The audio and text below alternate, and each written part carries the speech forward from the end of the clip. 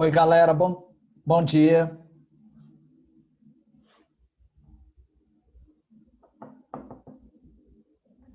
Salve, bom dia.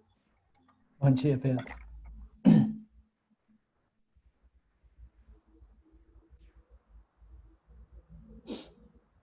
Esperar um pouquinho, a gente começa a aula.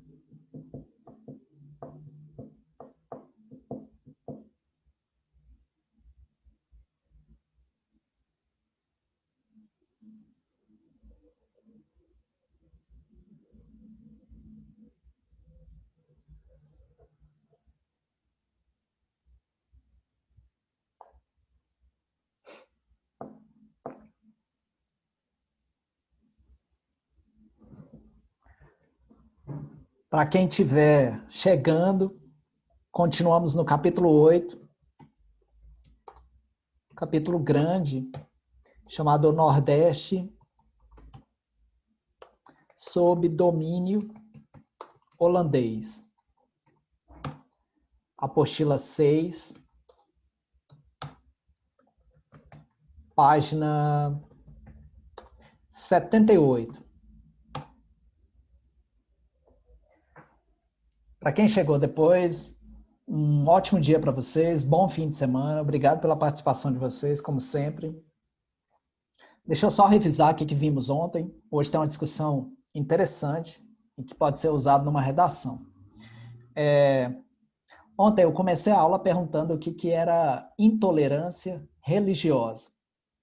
Eu ouvi vocês e depois eu falei que quando a Holanda invade o Nordeste brasileiro, principalmente o Pernambuco, os caras que dominam essa região, eles vão respeitar as diferenças, a diversidade e vão criar um Brasil holandês que houvesse liberdade de culto para os judeus, para os protestantes e para os católicos.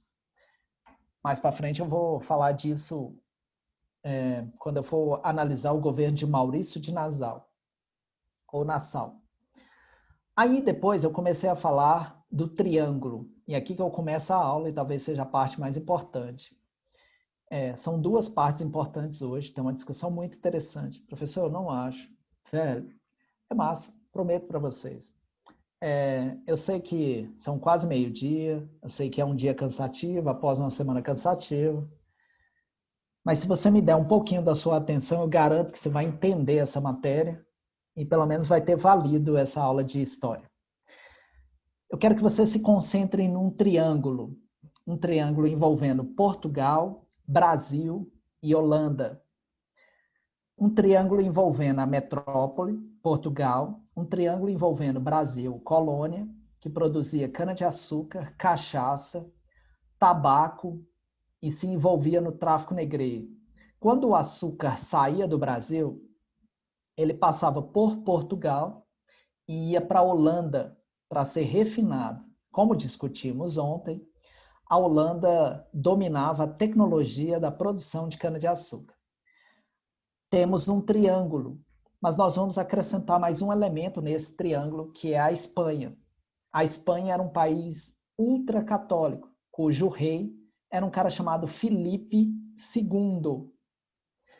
Filipe II dominava a região dos Países Baixos. Países Baixos, estamos falando de Holanda, Bélgica e norte da França.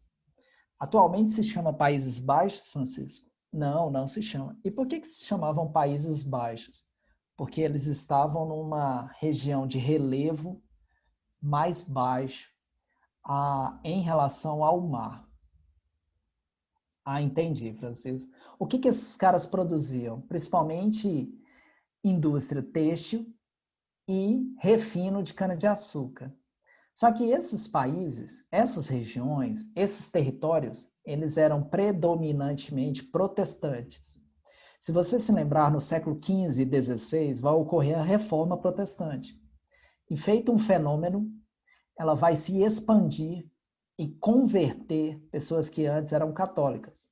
Tranquilo, Francisco, isso eu entendi. Ok. A Holanda vai se unir à Bélgica, que na época não se chamava Bélgica, mas eram regiões ali, que falavam o flamingo, e o norte da França, para lutarem pela sua independência. E vão conquistar a independência, mas continuarão em guerra. Eu não quero que vocês esqueçam esse pano de fundo. Se a gente for pensar numa peça de teatro, é esse o cenário de fundo. É esse o plano de fundo do seu celular que eu quero que fixe. Espanha, ultracatólico. Holanda, protestante, refino de cana-de-açúcar. Brasil, colônia, produção de cana-de-açúcar, tabaco, cachaça, tráfico negreiro. Professor, o Brasil é só isso? Óbvio que não. Eu só estou explicando para você entender esse conteúdo. E Portugal, a metrópole. Como eu disse ontem, quem governava Portugal era um rei chamado Dom Sebastião. Esse cara colocou na cabeça de ir para a África, procurar uma região chamada Eldorado, que ele achava que seria um local cheio de riquezas. Professor, parecendo aquele desenho da DreamWorks ou da Disney? Sim. Só que lá, no caso, é na região do México, ali, América Central. Estamos falando da África. Além disso, esse cara estava preocupado em converter os povos pagãos. Pagãos, eu estou falando de pessoas que viviam na África e tinham outra religião. Esse cara desaparece. E isso virou um fenômeno, como a gente discutiu, que já foi até tema de novela, o Cordel Encantado, num fenômeno que está presente até hoje em muita gente no Nordeste. Pode ser que, de repente, essa pessoa migrou do Nordeste para o Centro-Oeste, para o Norte, para o Sul, para o Sudeste. Um belo dia você foi na casa da pessoa, viu uma estatuetinha, não sabe que santo é aquele. Ele diz que é Santo Sebastião. E quem era São Sebastião? Dom Sebastião, um rei português. Essa pessoa tem no imaginário dela a ideia de que ele vai voltar algum dia em navios cheios de ouro para tirar as pessoas da miséria e da pobreza. Nós fizemos a discussão ontem que as intenções desse rei não era nada disso, era só enriquecer e acumular poder. Mas a questão da fé e da crença das pessoas, isso não se discute, mas a gente compreende. Bom, o fato é que depois que esse cara desaparece, vai surgir um pretendente ao trono, que era um tio distante dele chamado Dom Henrique. Esse cara tinha 66 anos, era o cardeal de Lisboa. No entanto, esse cara vai morrer com um infarto fulminante depois de 2 anos. Estamos falando, portanto, de 1580. Houve um vazio de poder em Portugal. Não tinha pretendentes, não tinha descendentes. Quem que vai assumir a coroa? O rei da Espanha, que não era bobo nem nada, vai alegar, vai advogar, vai argumentar que ele era um primo sobrinho distante de um rei português chamado Dom Manuel I. Isso é verdade, Francisco? Sim, isso é verdade. Mas com essa justificativa, ele junta tropas e invade Portugal, alegando que ele era o atual responsável e de direito, por legítimo direito, pretendente à coroa. Ele pega a coroa do rei, no caso o rei, eles tinham forjado outra coroa e encaixa as duas coroas. Isso ficou conhecido como União Ibérica. Eu expliquei até aqui. Agora eu começo a nova explicação. Massa, professor, eu entendi essa revisão. Bora lá. Bora lá, então. Quando o rei da Espanha domina Portugal, ele começa a estabelecer estratégias. E olha só o pensamento desse cara. Ele pensou assim, velho, eu estou em guerra com a Holanda. E a Holanda comercializava com Portugal. Como a grande fonte de enriquecimento da Holanda é o comércio de cana, de açúcar com Portugal, e eu estou em guerra com a Holanda por eles serem protestantes, por eles terem pedido independência, eu vou cortar o comércio de Portugal com a Holanda. Quando ele corta, isso abalou a economia holandesa. O que a Holanda, então, estabelece como meta?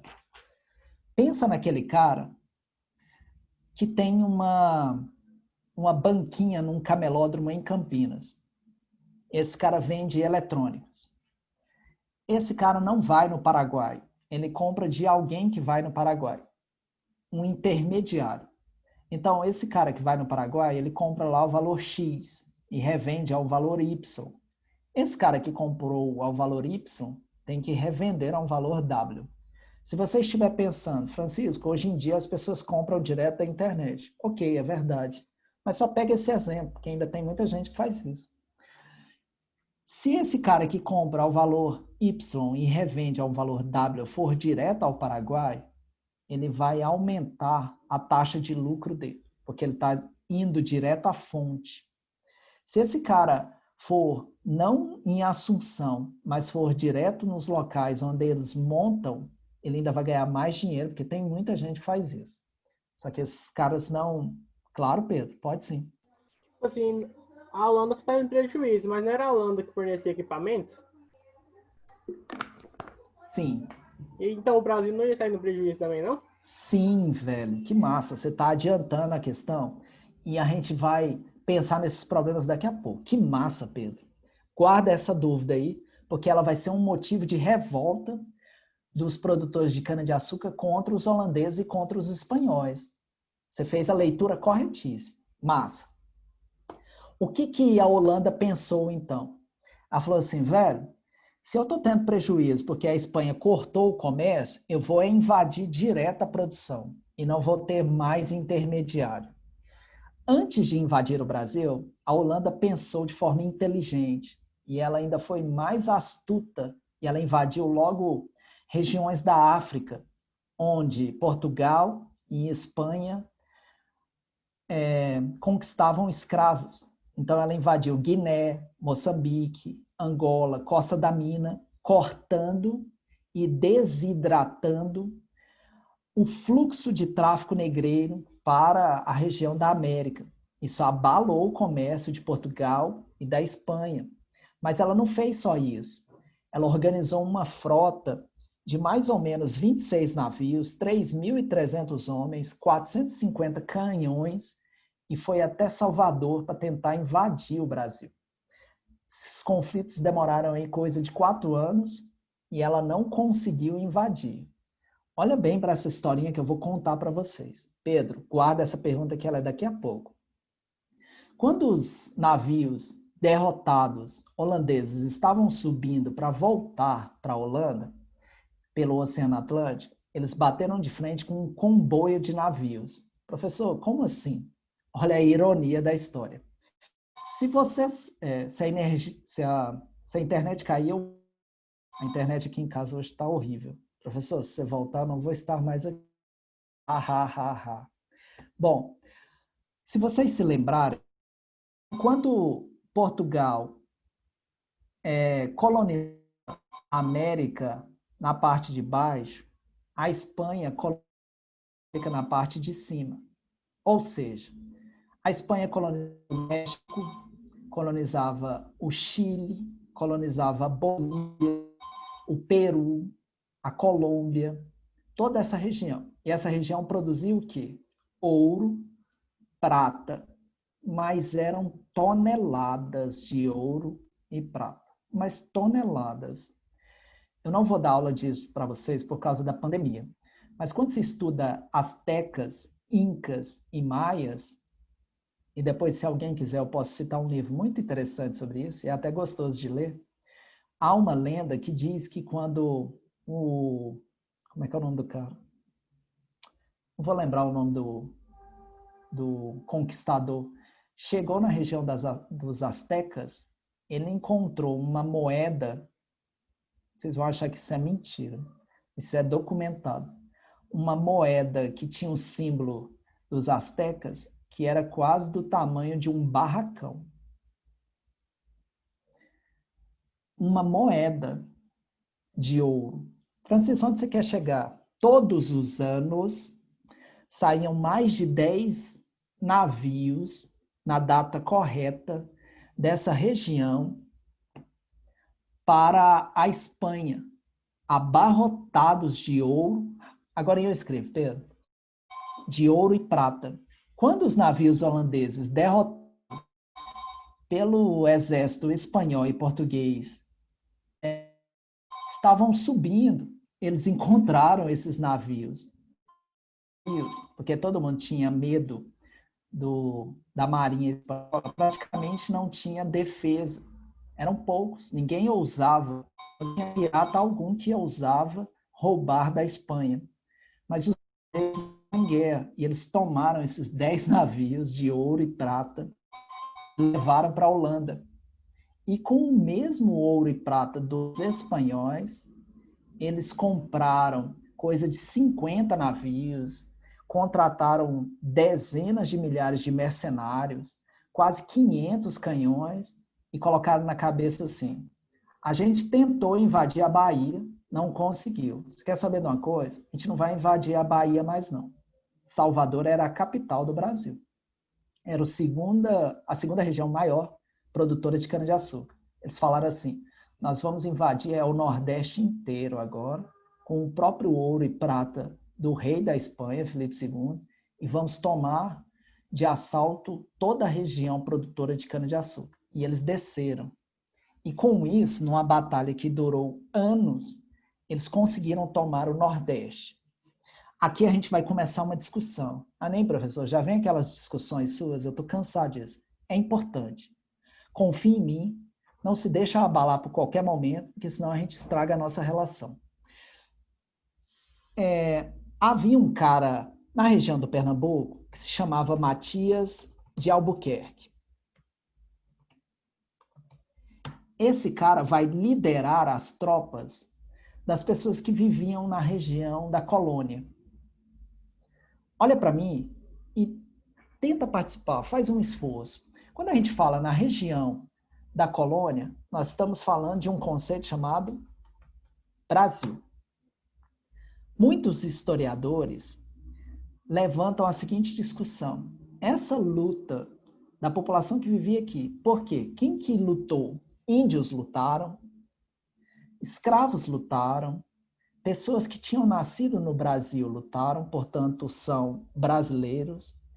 Eles dizem que essa é a primeira luta pela ideia de nacionalidade. Aí eu levanto uma pergunta: o que é ser brasileiro?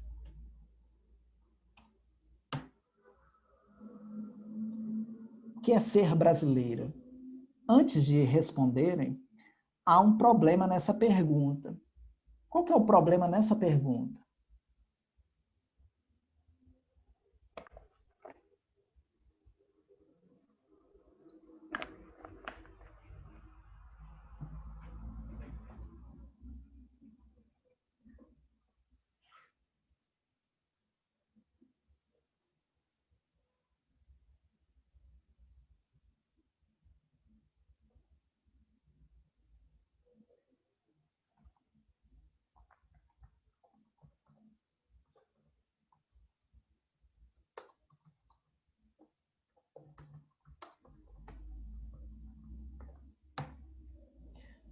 Pedro, o nome do livro é México, do Érico Veríssimo.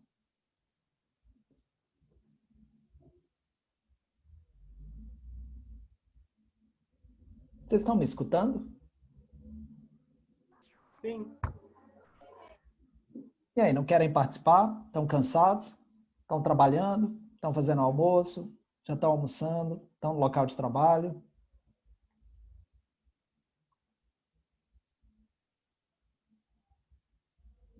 Sobre ser brasileiro tem a ver a pátria, sei lá, o meu Ok, nacionalismo.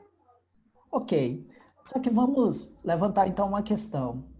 Existia o Brasil no século XVI? O Brasil era o Brasil? Não, não era o Brasil, mas tinha o domínio territorial que se denomina. Ok, mas a gente está entrando numa discussão muito interessante. Primeiro surge o povo e depois o país? Ou primeiro surge o país e depois o povo? Eu acho que o país. Então já existiu o que era o Brasil? Mas já tinha uma ideia, talvez? Ou essa ideia vai ser construída? Aí que as pessoas estavam defendendo o Brasil já estava sendo construída. Aqui temos uma discussão massa. Havia um cara que estava nas tropas dos, entre aspas, brasileiros, que se chamava Calabar. Esse cara tinha nascido na região que se chamava Brasil. Ele era descendente de portugueses. Era um mestiço. E Calabar fugiu à noite das tropas e foi até onde as tropas holandesas estavam. E ele revelou os planos e os principais locais onde se escondiam, entre aspas, os brasileiros. As tropas de Matias de Albuquerque faziam uma guerra chamada Guerra de Guerrilha. O que é a guerra de guerrilha? É quando o exército é menor, mais fraco, tem menos soldados, e eles tomam a estratégia de atacar, armar emboscadas, colocar snipers, armadilhas, ataca e desaparece. Ataca e desaparece. Se você quiser um filme sobre isso, tem um filme sobre o nazismo chamado Bastardos Inglórios, do Quentin Tarantino, que saem 8 soldados, sendo um comandante dos Estados Unidos, e eles vão para as florestas da França. Isso é baseado em fatos reais, mas não daquele jeito, né? Quem já assistiu esse filme sabe. Os caras atacavam as tropas nazistas, destruíam um carregamento, uma ponte, desaparecia. Armavam a emboscada, matavam alguns líderes, roubavam planos, armamentos, desaparecia. De tal forma que isso vai deixando o exército do outro lado impaciente, extremamente irritado. É uma guerra de nervos. Ela vai esgotando, ela vai abalando. Professor, mas 8 soldados são capazes de vencer um exército? Eu acho que não, mas é uma estratégia. Se a gente pegar outro Pra botar exemplo, o exército, consegue. consegue demais. Tanto é que isso aconteceu ao longo da história humana. Bom, quem aqui gosta desse cantor aqui? Ó?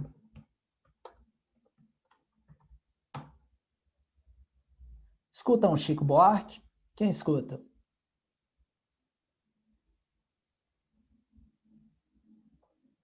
Eu já estudei ele na escola. No SESI ou em outra Não, escola? em outra escola. Qual escola, Pedro?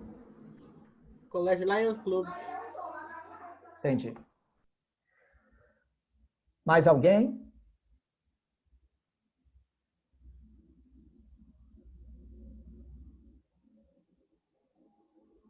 A Vitória está falando que escuta às vezes. Tem alguma música dele que você curte mais, Vitória?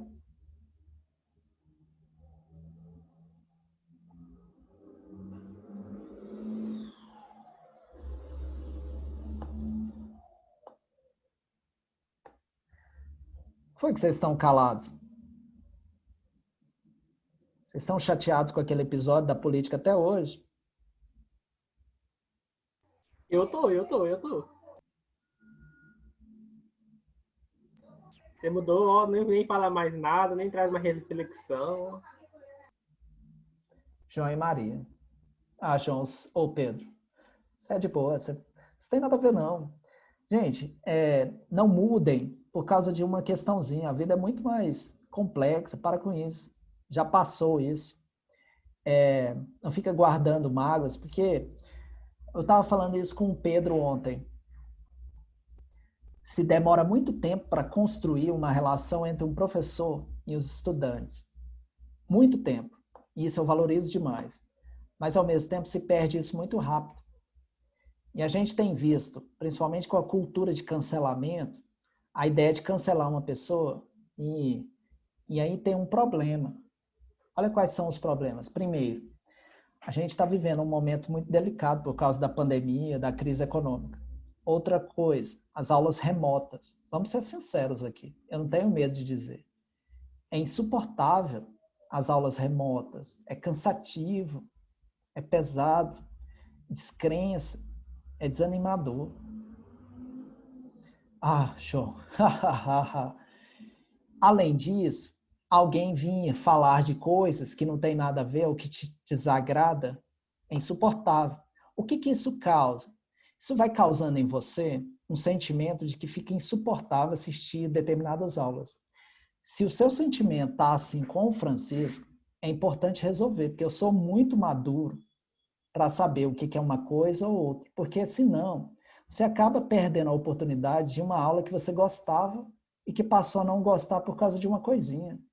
Isso é amadurecimento.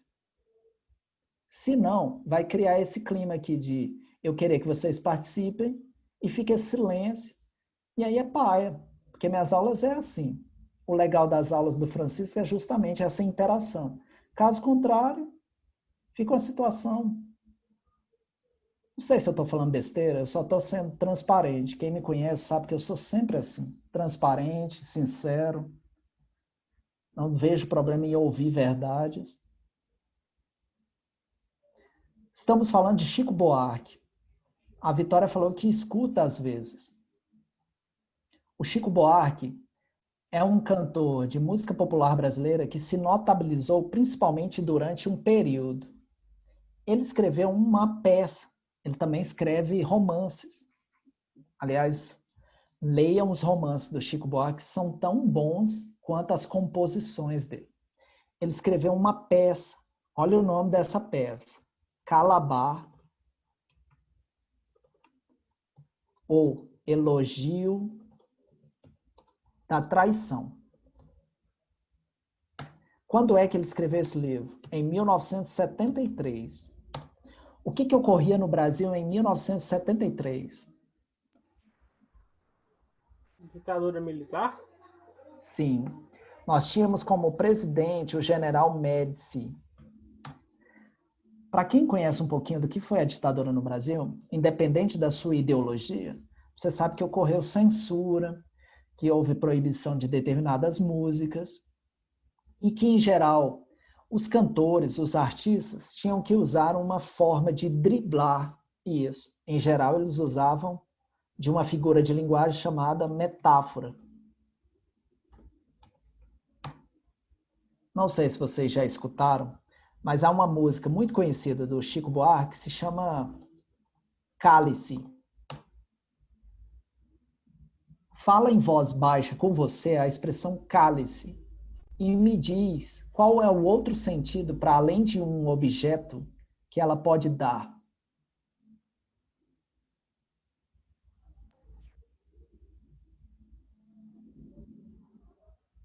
De cala a boca.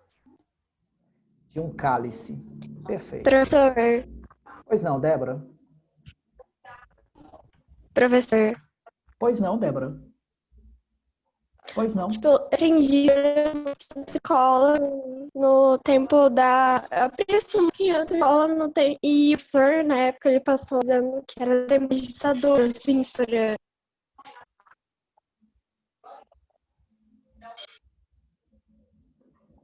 Débora, se você estiver me escutando, quando você falou, deu interferência na sua fala, mas eu vou chutar o que você falou. Você falou, olha, Não, não, não, não, não, não. Numa escola onde eu estudei, o professor trabalhou, eu imagino que você ia falar isso, algumas canções dizendo que no tempo da ditadura havia censura e os cantores tinham que driblar essa censura criando estratégias. Eu imagino que seja isso.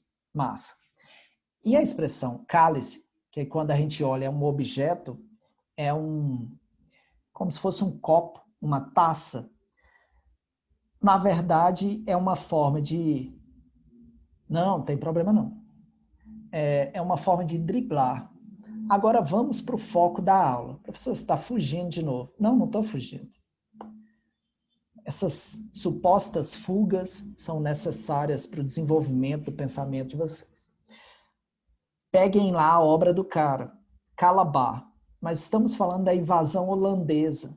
E o cara morava lá. O cara traiu, entre aspas, aqui que está a ideia da aula. Ela vai acabar com essa discussão. Traição. Calabar saiu das tropas portuguesas, espanholas e de índios e negros para ir lá nas tropas holandesas e trair o Brasil. Esse cara é considerado pela história o maior traidor da história. Mas a pergunta é, esse cara traiu o Brasil? Ou ele traiu Portugal? Ou ele traiu a Espanha? Pois não, Pedro. De traição depende da perspectiva. Vai que ele não se identificou com as ideias do outro lado e passou para o outro lado. Não foi traição, foi uma oposição de lado. Sim, essa é uma discussão que o Chico Buarque vai fazer, por exemplo, na peça. E olha que interessante. Pega a expressão Calabar. Fala ela em voz baixa com você. Usa a metáfora. E veja bem que, na verdade, ele usou, por sorte da vida, olha as coincidências, o nome de um cara para dizer que havia um calar no Brasil e que, na verdade, ao nos revoltarmos, ao trairmos, entre aspas, a ditadura, não seríamos traidores, mas, na verdade, é isso que seríamos brasileiros. Então, vamos voltar no passado e depois eu volto no futuro, que ainda é o nosso passado. Lembrando que ditadura já é o nosso passado. Se a gente vê o Calabar lá no século XVI, entregando os locais para os holandeses, ele é tido como traidor. Por que ele é tido como traidor? Porque quem escreveu a história do Brasil naquele momento foram os portugueses. Você não pode esquecer disso. A história tradicional foi feita pelos dominantes. Então, eles taxaram, classificaram o cara de traidor, mas porque traiu eles. Depois o tempo passou e isso foi sendo revisto. O Chico Buarque e o autor da peça, que era um cara chamado Rui Guerra, usaram isso como uma estratégia para dar uma mensagem para os brasileiros que viviam no Brasil durante a ditadura militar, que começou em 64 e terminou em 85, dizendo assim: nós precisamos trair, nós temos que elogiar a traição quando ela for para os interesses da nação. Não podemos esquecer que, durante a ditadura militar no Brasil, nós tínhamos um momento chamado Guerra Fria. E na Guerra Fria, nós tínhamos, de um lado, a União Soviética e os Estados Unidos. De um lado, os supostos países capitalistas e, de outro, os supostos países comunistas. Quem dominava o comércio, a diplomacia, inclusive tem muitos documentos mostrando isso, que havia vários agentes da CIA infiltrados no governo brasileiro, isso é comprovado já. A própria Casa Branca já deixou abertos os áudios. Se você não sabe, na Constituição dos Estados Unidos, há uma lei federal que diz que todas as conversas presidenciais na Casa Branca têm que ser gravadas, mas isso não quer dizer que elas têm que ser abertas. Mas essa lei diz que algo em torno de, depois de 30 a 20 anos, essas ligações sejam abertas para os historiadores estudarem a história. É uma lei de liberdade civil. Isso é muito bom, apesar de demorar tanto tempo, mas quer dizer que a gente acaba entendendo. E nesses áudios gravados, que foram acessados, por exemplo, pelo professor Carlos Fico, que é um professor da Federal do Rio de Janeiro. Ele mostrou. Um jornalista chamado Hélio Gaspari também já mostrou isso. Uma série de outros caras. Aquele cara que fala na Jovem Pan, falava, né? O Marcos... acho que é Marcos Napolitano, alguma coisa assim. Professor nome de picolé. Pois é, velho. O que eu vou fazer, né? Só sei que Marcos Antônio Villa, o nome do cara, ele também já mostrou isso, dizendo que no governo brasileiro tinha gente da CIA. Professor, cadê a aula? A aula está aí, e é uma aula incrível. O que eu quero mostrar para vocês? Que o Chico Buarque usou o passado para dizer assim, nós temos que trair quem nos domina, que são os Estados Unidos. Essa peça, ela foi ensaiada no Teatro Arena, no Rio de Janeiro. Eu tenho uma revista aqui em casa, que eu vou acumulando documentos, porque minha tese de mestrado e doutorado é sobre ditadura militar. De uma entrevista da Mariela Gabriela Pera, em que ela conta um episódio, para encerrar a aula, em que ela estava no ensaio dessa peça, no Teatro Arena, esse teatro existe até hoje, e que a Polícia Militar fechou o teatro, trancou as portas de saídas de incêndio e deixou só a porta principal aberta. Sei lá, eram uns 15 homens, mais ou menos. E pediu com que todos os atores ficassem nus. Fizeram um corredor polonês. Vou repetir essa expressão. Um corredor polonês, caso você não saiba o que é isso. Essa expressão surgiu durante a Segunda Guerra Mundial, quando Hitler queria dominar a Polônia, e fez um corredor na Polônia, torturando judeus num corredor polonês. Isso virou um tipo de tortura, onde de um lado ficam soldados e do outro. Isso é muito normal para quem faz algum esporte e entra num time aí, e aí os caras pedem para você passar no corredor, e aí eles vão dando tapas, Esse corredor beliscões. polonês não pode ser, tipo, uma ofensa? Fazer um corredor polonês não pode ser considerado uma ofensa, não? Já que foi Hitler? Ou não? Não entendi. Tipo assim, começou com Hitler para uma forma de tortura. Se a gente repassa por algum esporte, não tá fazendo analogia a ele? Não necessariamente, porque, assim, Não é da tortura? vou citar um exemplo, Pedro. Ali no SESI, foram N vezes que eu vi os meninos nos corredores tão fechados, subir primeiro do recreio, ficar cada um de um lado, e quando os meninos iam passando, eles iam dando cascudos, tapas, numa brincadeira entre eles. Isso é um tipo de corredor. Mas ali o sentido é outro. Estavam brincando, estavam se divertindo. Professor, mas os caras estão dando um tapa. Se passar para o lado da tortura, da dor, do sofrimento, é outra coisa. Então, quando a gente pega se vocês olharem os treinamentos da seleção de vôlei, por exemplo, com o Bernardinho, quando ele era o técnico, era muito comum fazer boas-vindas. Isso acontece muito em time de futebol. Chegou um novato, eles fazem boas-vindas. Coloca ele para passar no meio dos homens ou das mulheres, isso acontece em ambos. E aí os caras vão dando uns petelecos na orelha, uns tapas, tal, só para descontrair e dizer que agora ele está batizado.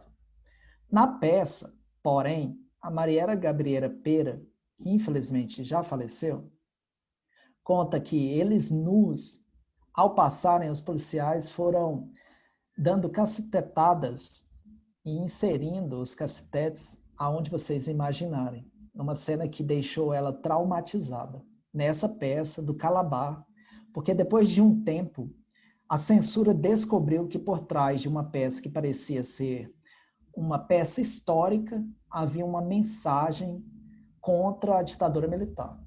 Resumindo a aula, para a gente ir almoçar, estamos falando da invasão holandesa e toda boa aula de história pede que se faça uma contextualização com um livro que já foi pedido no vestibular da Unicamp, da USP, da Unesp, da FUVEST, que são tidos os melhores vestibulares que a gente tem no Brasil. Galera, um ótimo dia para vocês, bom final de semana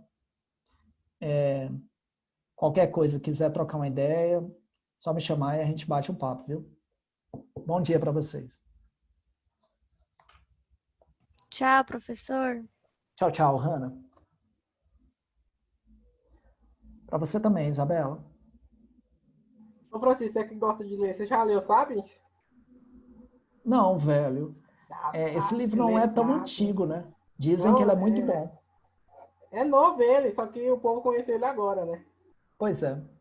É top, Dizem que ele é você que bom. gosta de livro, lê, velho, é top. Ó.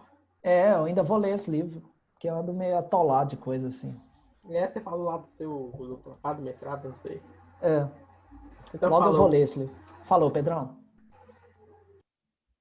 Tchau, tchau, gente.